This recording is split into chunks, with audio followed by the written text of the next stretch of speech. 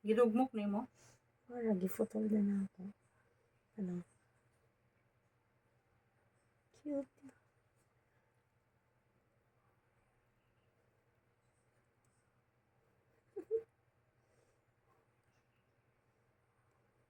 In a small town in the Philippines.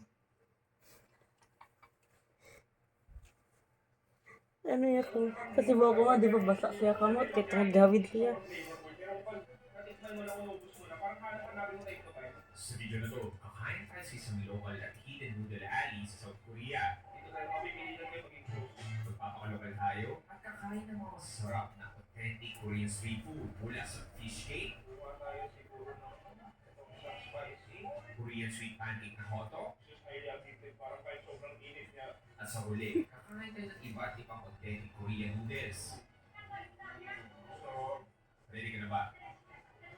8,000! Sura!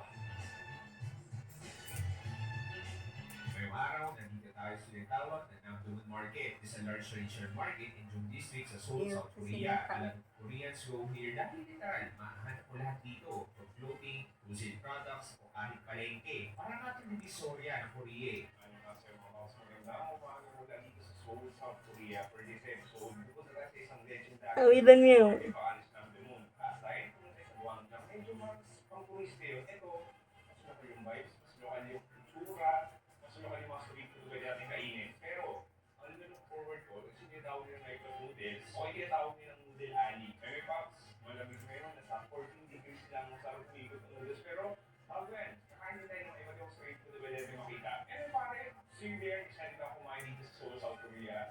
So, Grabe siya, bugas